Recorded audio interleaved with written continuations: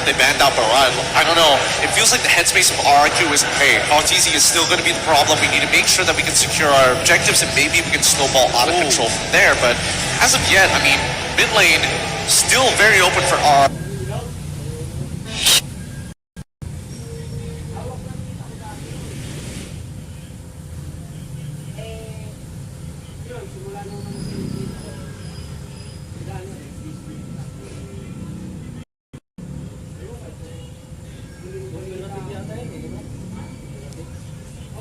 Control from there, but as of yet, I mean, mid lane still very open for RRQ. If we come back in towards Echo's side, they can easily lock their jungler right now. I don't know if they want to show their support this time. It's the Cho. It's the Cho? Alright. Need justice in the world.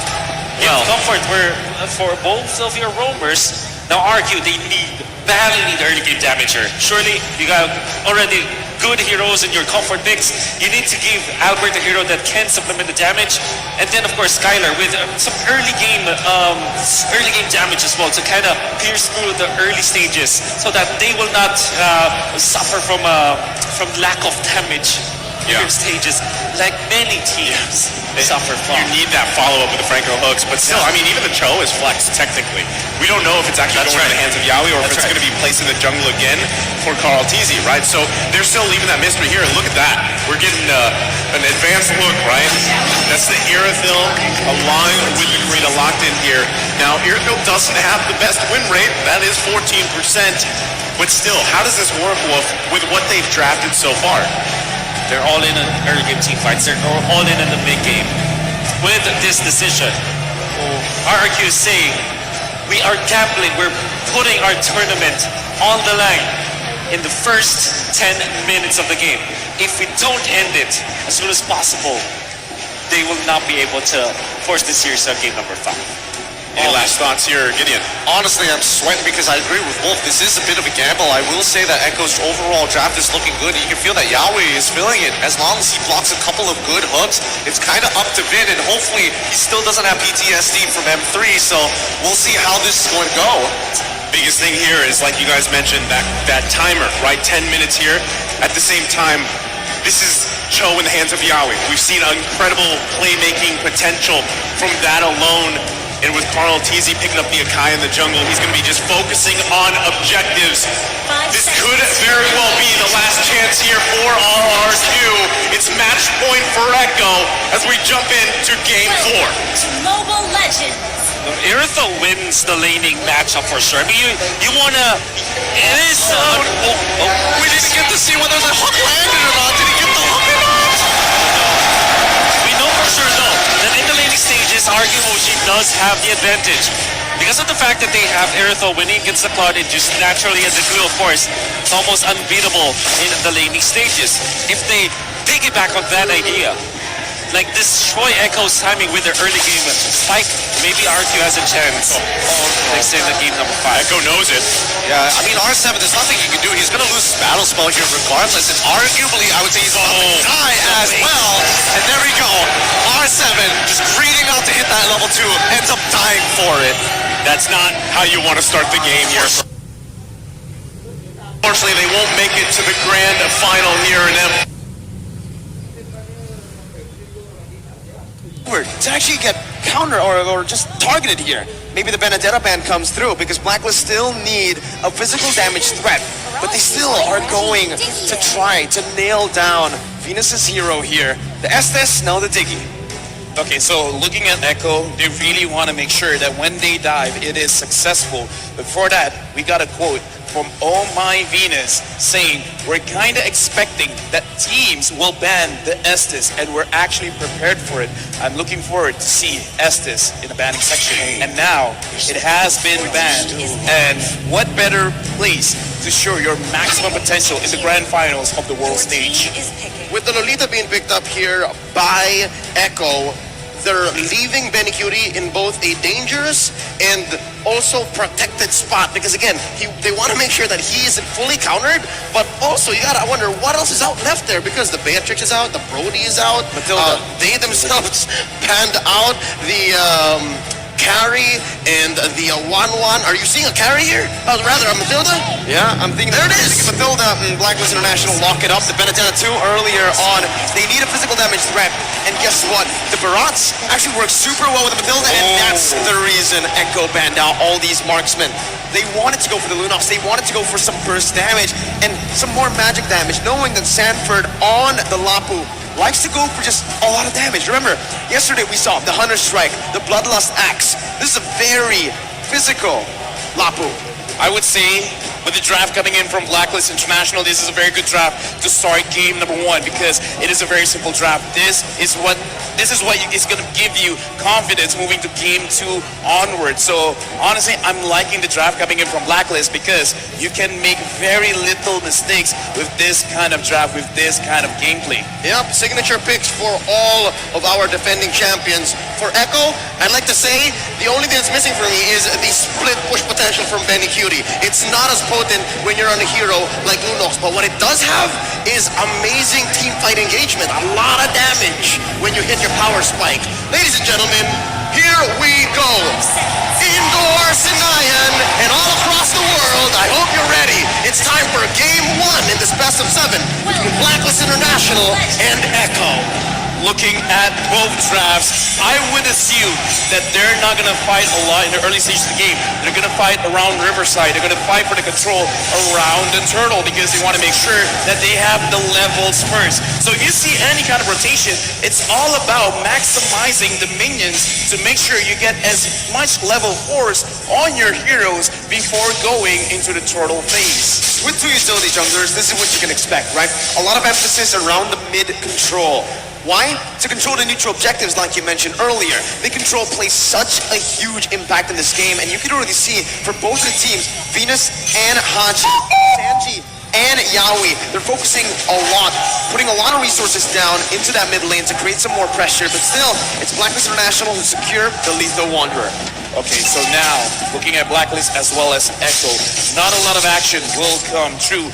I'm thinking they gotta find a way for Echo to get Yaoi onto level 4 because that is a very big ultimate to have in the turtle fight. It's coming up in roughly 36 seconds. So Echo as well as Blacklist International, both teams, we saw in the best of 5 before, they like to see what the opponent wants to do first. Blacklist is asking Echo, Echo is asking Blacklist. Now Yaoi, he might get engaged for a little bit. He does have the flicker here, pops the flicker just to escape. Blacklist International with a resource advantage for the first turtle spawns in 15 seconds. That's going to be Blacklist here, knowing that they can buy time, but up top, Benny already caught low, flickered out of that. Blacklist International now with 2 advantages in terms of resource, and maybe even Ohem can rotate down below. Oh, but there's 3 members from Echo here. Sanji still clearing the wave.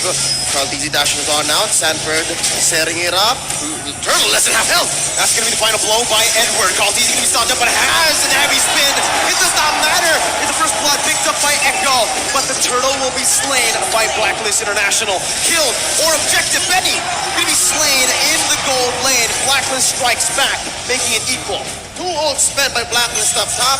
Echo takes 2 down in the bottom, but they do get Turtle. I'm talking about Blacklist. What's that worth in LaFell? I would say it's not that worth it because in my personal opinion, getting kills is very good because you can establish map pressure because what's the objective of getting the turtle? Sure, you want the gold, sure, you want the XP, but you want more control. Now, Edward going up against Sanford, quite a bit of damage, and Sanford's going to get chased. Circling Eagle onto Sanford here. Haji does not have the airstrike. Down to basic attacks coming in. Sanji not going to be here to help him in time. Sanford falls in the XP lane. The Festival of Blood lifesteal is just not enough at this level. 3 minutes in, and I'm not sure if there's enough. Yeah, no, none at all into the emblems. Many though, look at that. That's going to be the damage coming in. The Illuminati Blast charged in, but knowing that Ohem has the Purify, they decide not to commit just yet. Yeah, looking at all of the emblems as well as the way that they're setting up, Sanford, his personal goal in this game is to get at least 3 kills. Once he has that 3 kills, he will maximize his emblem. Oh my Venus getting poked out just a little bit. But now, looking at the map, if Echo could give those 3 kills over to Sanford, we can see Echo being a little bit more explosive. You can expect that Sanford's going to look for it. He's going to pressure Edward hard here. Sent him home just now because they want to time the way that this turtle goes. Again, we're 20 seconds away. Benny pressuring OM as well.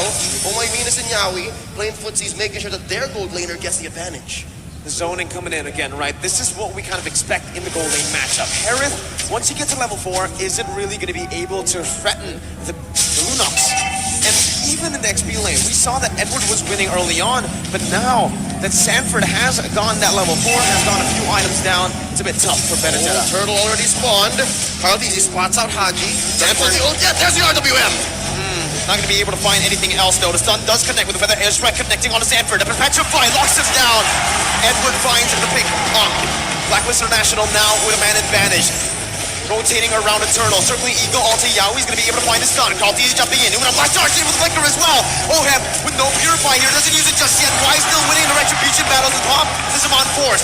Now Yaoi going to be able to dodge away for now. That's a lot of burst damage as Yaoi will be slain by Edward. Echo losing out in this trade. Blacklist has amazing battlefield awareness. They knew exactly where every member of Echo was. They almost threatened orange steal from Carl D, but they're not done. A stun and a knock-up. It's still Matilda Airlines here for Blacklist International. Blacklist is showing what they want to do with this draft. You want to establish control. You want to make sure that the Riverside, you're winning. And the specialty of having a Matilda is when someone overextends, they're not really overextending. In their previous fight, in the Turtle, they were very focused. What do we want to do? Turtle first, but now they want to kill. And they get it, right? It's on to Venus, the roamer. Anything that Echo can get here in the first 5 minutes, they will. In the first 2, they were willing to trade and get some advantages, but now wait, a stun on Oheb, force out the Summon Force. Off the Purify as well, the real world inflation almost catches Oheb, but he is able to get out of that one. Haji rotating towards the gold lane with a feather airstrike to clear it out, protecting his tier 1 up top. This is difficult because we said for Echo, for them to win, they have to win the lanes. Here in the early game, not exactly the story because Blacklist now ahead maybe 1.5k. LaFell, what's going on? I would say it's not enough because Blacklist, they understand this as well. So as long as they delay, as long as they wait for Oheb to get 2 items, then it's basically they're already doing at least half of their win condition. So it's not about Echo not doing it. It's more about Blacklist saying this time and time again. We understand how your draft works, so we're just gonna play around it. So even though, okay, so here's the thing. Echo, they needed to win by 2K, by 2,000 gold. That's LaFell's threshold. So if Blacklist having 1.5K lead ahead, they're really at the driver's seat. Well, right now it does seem that way, but Echo are going to be able to force it out. Oheb going to be caught low, but Venus comes in to save Oheb again. Haji with the rotation, simply eager to lock Yaoi down. Good selection right now. So the airstrike will come through. Yaoi going to be able to get the stun down onto Venus before he gets taken low. Now, guess who's here? It's Sanji with the real world inflation. Jumping in, but there you go. It's going to be the guy that's going to be slain though by Benny, who uses the chaos to take him down. Sanji still poking Venus down. Echo are looking to get the siege down onto the tier 1. Meanwhile, on the turtle side, Carl TZ is going to be taken low with Sanford. It's 2v2. That's the bravest fighter popped into the back line right now. Is Carl TZ going to be able to find it? And Wise is going to fall. Edward finding the stun onto 2 with an eye for an eye to dodge away from the CC. But still, Echo, they win out on that trade. Not just that trade, but on 2 fronts. They pushed up top, got a kill down bottom, and took the last turtle of the game. We got a lot here because again, 500 gold, that's great, but Sanford having 1 kill. He has 1 stack on his emblem, and now looking at this, probably he's in too deep. He's looking for a steal here. He does get the orange buff, not punished enough by Black International. Oheb and Haji falling in the gold lane once again. We spoke about this. Winning lanes is how Echo can get it done, and Benny, 3 kills on him right now. Finest example of cast circers. You start talking about it, you start questioning it, and it comes up almost immediately. Yaoi with the Numenal Blast. Definitely welcome to cancel it out. That's the anti-CC coming in. And Sanji does the damage onto the tier 1. Bravest fighter by Sanford just to get out. Gets that anti-CC down, unstoppable. Meanwhile, Blacklist International trying to make their way up to the gold lane. Gonna be poked down by Benny as Carl TZ sieging down that tier 2 in the gold lane.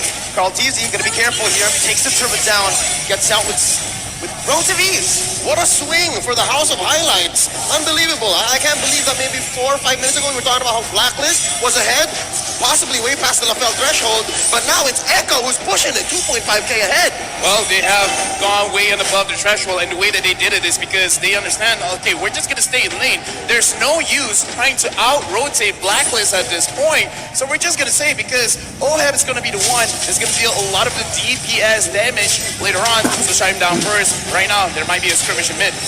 But the airstrike was used up just to clear up the waves. Echo, with this composition so far, can constantly be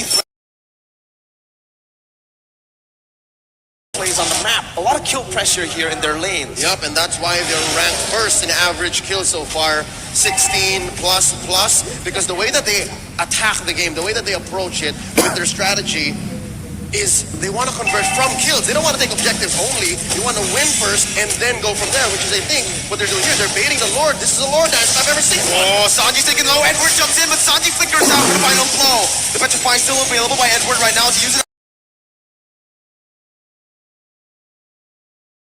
twice. Looks for a better position. Haji gonna be able to actually dash in with wings by wings. As that's where the Luminal Blast connecting onto Edward. Edward gonna be taken low, taken down by Sanford. And that's gonna be a 50-50 play around the Lord. Wise here versus Cortese, and Carl takes it down. It's a bond force by Oheb. Not enough to deal with damage right now. Xiaoi's gonna be able to get the stun down onto Haji, who's gonna be able to dash out of that one with the wings by wings. Feather airstrike to snipe Sanji down. With the dash, takes the kill onto Haji. Was that Benny Cutie DD? No, didn't even need the flicker. Dude, that was Benny QT. And again, looking at the items here, because we gotta see whether they are strong now or not. Looking at Benny Cutie, having 3 core items, Cloud Destiny Lightning Treasure as well as Divine Glaive. Right now, oh my goodness, getting hit by Yawi. Luminal Blast again, locking the Queen down. Venus gonna be chased down under the tier 2. Wise here providing the support. Carl DZ looking for an angle, but will back off for now. Tier 1 falling in the mid lane. Echo pushing the pace and the tempo. Thou shalt not take my queen, says Wise. Echo pressuring mid lane tier 2, even tier 2 down bottom. That's Sanford going solo, Lord up top. Echo is 5k ahead here, 11 minutes in.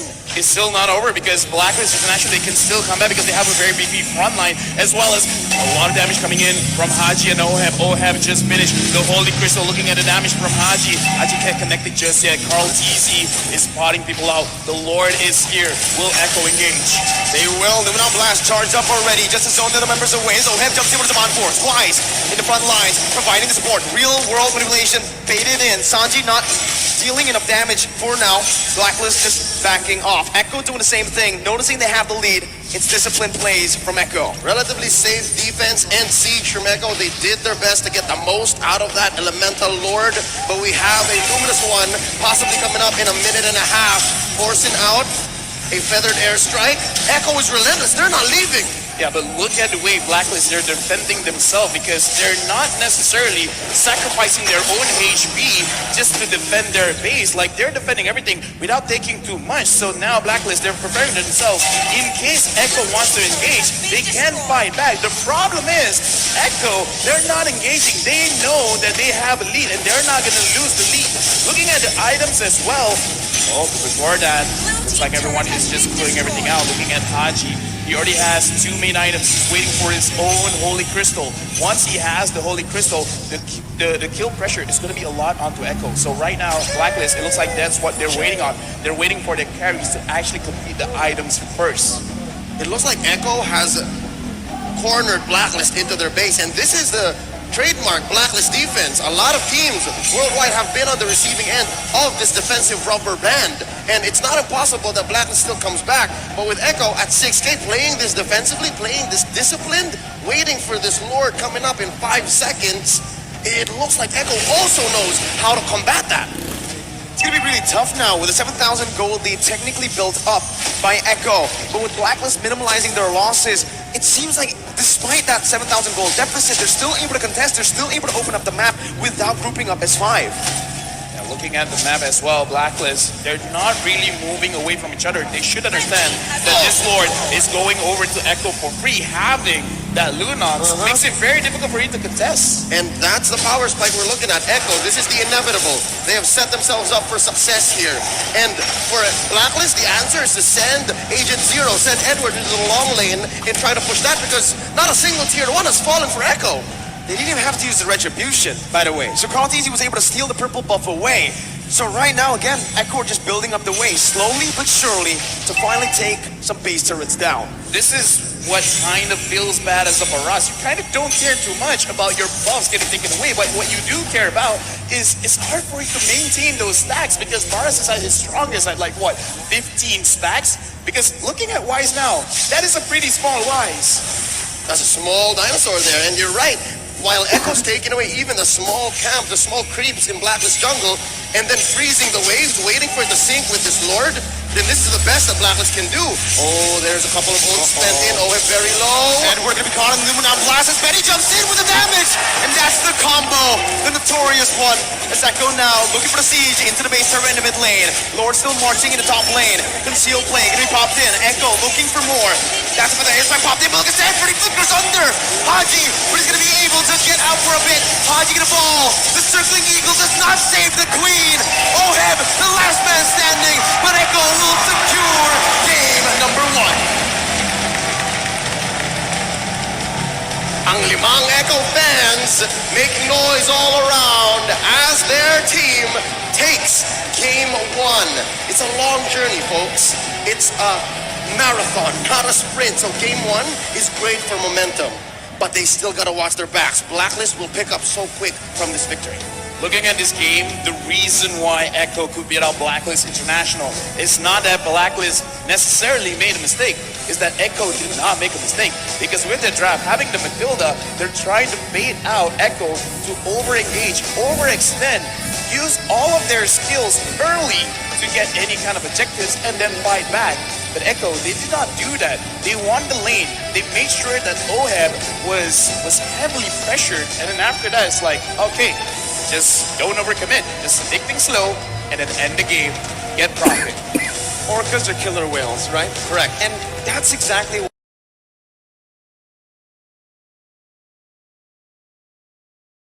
the Lunox. Benny QT on a winning matchup. That's already a recipe for disaster if you're a Blacklist fan. Now, they utilized that so much by ganking towards the Lunox. Early on, they weren't going to be able to find those kills, right? But as the Lunox progresses, with the levels starting to gain up, and with those items starting to stack up, that's when the Lunox gets the power spike in the mid-game, and they utilized that perfectly. Not just the laning phase, actually even in team fights, Oheb's Harith was in such trouble. Again, we saw there the winning moment from the eyes of Sanford. His Lapu-Lapu here, despite having a difficult 5 to 6 minutes, picked up. Again, I think he was just waiting for LaFell's timing and saying, you know what, I need a couple of kills, I need the blood, the Festival of Blood tap triggers, and the Bloodlust Axe. Exactly. And then even Oheb is in trouble. So with that being said, I think we're gonna need the help of our analysts to break this down.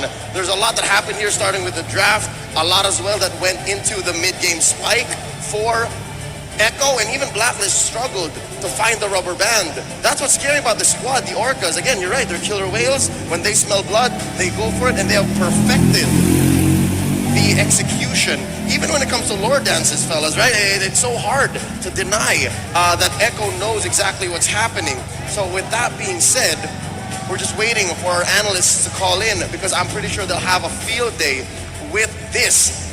Ladies and gentlemen, we'd like to remind you that Battle Night is about to happen. That's happening on January 21st. We've got a lot going on, so make sure you log into the game. There's a lot of in-game bonuses that y'all can have, all right?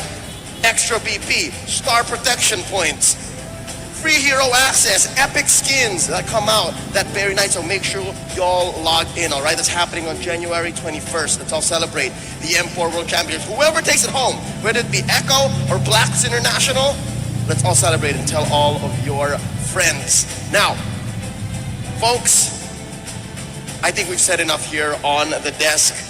It's LaFell, Mirko, and Leo throwing it over to the analysts, because they're going to talk about the draft, show us who the MVP is, because I still think it's not so clear cut. Real quick, who do you think it is? Oh man, it's a really tough Benny one Kitty. here. You were going to say Benny? I'll say I'm Sanford. Both of the side lanes. Okay. You know Now what, I'm Sanji? confused. I have to swap. Sanji, there you go. You said, because between Benny and Sanford, that's exactly the perfect setup or payoff. Who's who, right? I mean, like, okay, let's just slowly talk about it because Betty Cutie, he stopped the win condition for Blacklist. I mean, to be fair, Blacklist, they gotta win the river, they gotta win the jungle. But it could not happen even if, say, this game extends a little bit longer, right? Betty Cutie will scale up. Wise will not be able to sustain the damage coming in from the Lunons because again, there's no Estes, there's no healing. He can run away, but when he comes back, it's not gonna be much. So for me, it's Betty Cutie. Okay, Ding Ding, Sanford, or Sanji? You know what? I'm gonna make a last minute change here. I think I'm gonna give it to Carl TZ actually. The hidden carry. Okay, best in the world. Let's see who it actually is because it's time for the analysts to break it down. Hey, fellas, talk to us. Great MVP predictions so far. Thank you so much, Leo, LaFell, and as well as Mirko. Here at the Analyst Time, we're going to break it down to you to uncover the mysteries of what this code is so far and what Echo is doing correct.